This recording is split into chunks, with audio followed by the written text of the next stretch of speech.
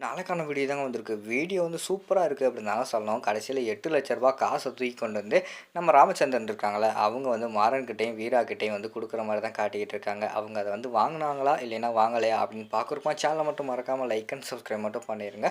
First எடுத்த உடனேயுமே வந்து நம்ம மாறன், அதுக்கடுத்து வீரா 2 பேருமே வீட்டுக்கு வந்து பைக்ல வந்துகிட்டே இருக்கிற மாரி தான் காட்டுறாங்க. "டேய் என்னடா பண்றது? ரூ. 8,00,000 காசு இருக்கு.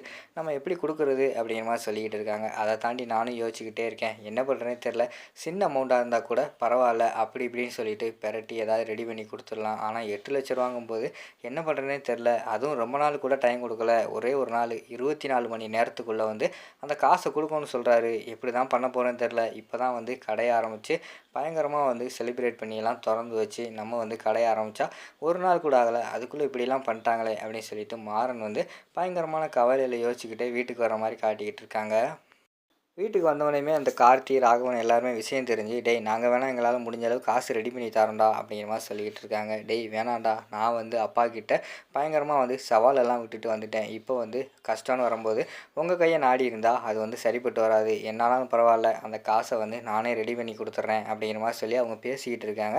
இங்கிட்டு பார்த்துக்கிட்டோம்னா, நம்ம விஜயும் அவங்க அம்மா வெளிய நின்னு பேசிக்கிட்டு இருக்காங்க. "அம்மா ஏம்மா இப்படிலாம் பண்ணிக்கிட்டு இருக்க?" அப்படின்னு சொல்லிட்டு விஜய் வந்து அவங்க அம்மாவ திட்டிக்கிட்டு இருக்கிற மாரி தான் காட்டிக்கிட்டு இருக்காங்க. அவங்க 2 பேரும் ஒரு மாரி பேசிக்கிட்டே இருக்காங்க.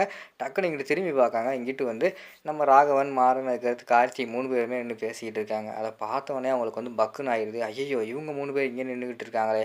நம்ம இங்க பேசுறத பார்த்தா வசமா மாட்டிக்கிருவோம் அப்படின்னு சொல்லிட்டு வேகமா அந்த இடத்துல இருந்து அவங்க அம்மாவ விறுவிறுன்னு வீட்டுக்குள்ள வந்து கூட்டு போற மாரி தான் காட்டிக்கிட்டு இருக்காங்க. இங்கிட்டு வந்து ராகவன் கிட்டயும், கார்த்தி கிட்டயும் எனக்கெல்லாம் காசு எதுவும் வேணாம்டா அப்படிங்கிற மாரி சொல்லி அந்த இடத்துலருந்து அனுப்பி வச்சுடுறாங்க. இங்கிட்டு பார்த்தா ராமச்சந்திரனுக்கு வந்து மனசே கேட்கல. எப்படியாவது வந்து நம்ம காச ரெடி பண்ணி கண்டிப்பா வந்து மாறனுக்கு குடுத்தே ஆகணும் அப்படிங்கிற மாரி சொல்லி யோசிச்சுக்கிட்டே இருக்காங்க. என்ன பண்றது? நம்மளா கொண்டு போய் குடுக்க முடியாது. குடுத்தாலும் வாங்குவானா என்னன்னு தெரியல அப்படிங்கிற மாரி சொல்லி யோசிச்சுக்கிட்டே இருக்காங்க. அந்த இடத்துக்கு வந்து வள்ளி வந்து வராங்க. "அண்ணே என்னண்ணே யோசிச்சுக்கிட்டு இருக்க? இதுக்கு மேல யோசிக்க என்ன இருக்கு? நாளைக்கு ஒரு நாள் தானே டைம் இருக்கு. அதுக்குள்ள வந்து மாறன் ரூ. 8,00,000 குடுக்கலைன்னா, அந்த அவன் சொல்லிட்டு போனது ஞாபகம் இருந்துச்சுல்ல, எல்லா சாமானையும் தூக்கி கொண்டு வந்து வெளியில போட்டுருவேன்னு சொல்றான். அண்ணே இந்த அவமானம் நமக்கு தேவையாண்ணே? தயவுசெய்து வந்து உன்னோட கௌரவத்தெல்லாம் தூக்கி வச்சுட்டு மாறனுக்காக காசு ரெடி பண்ணி குடுண்ணே" அப்படிங்கிற மாரி சொல்லிக்கிட்டு இருக்காங்க.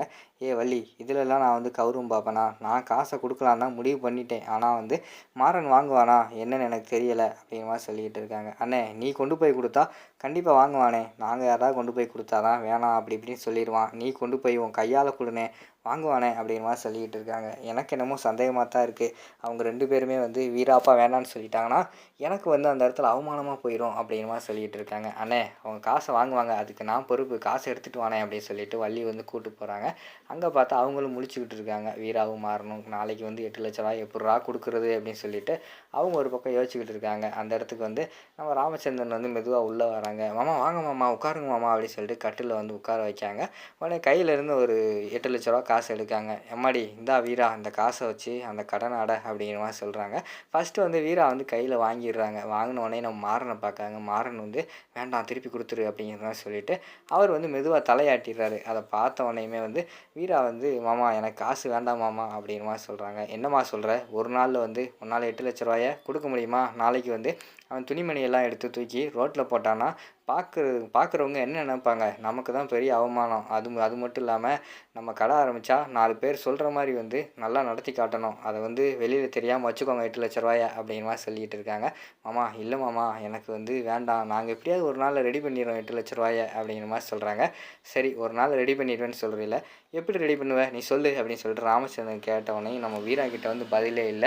உடனே நம்ம வள்ளியும் சொல்றாங்க, "ஏய் வீரா பேசாம வீம்பு பிடிக்காம காச வாங்கிக்கோ" அப்படிங்கிற மாரி சொன்னோனே யோசிச்சுக்கிட்டே நின்னுட்டு இருக்காங்க. "இங்க பாரும்மா, நான் ஒண்ணு முடிவு பண்ணிட்டேன். இந்த காச நான் குடுத்ததா நெனைக்காத. யாரோ ஒரு ஆள் குடுத்துருக்காங்க. அத வந்து நீ திருப்பி கடனா குடுத்துரு சரியா? அதுக்கு வட்டியோட குடுத்தாலும் பரவால்ல.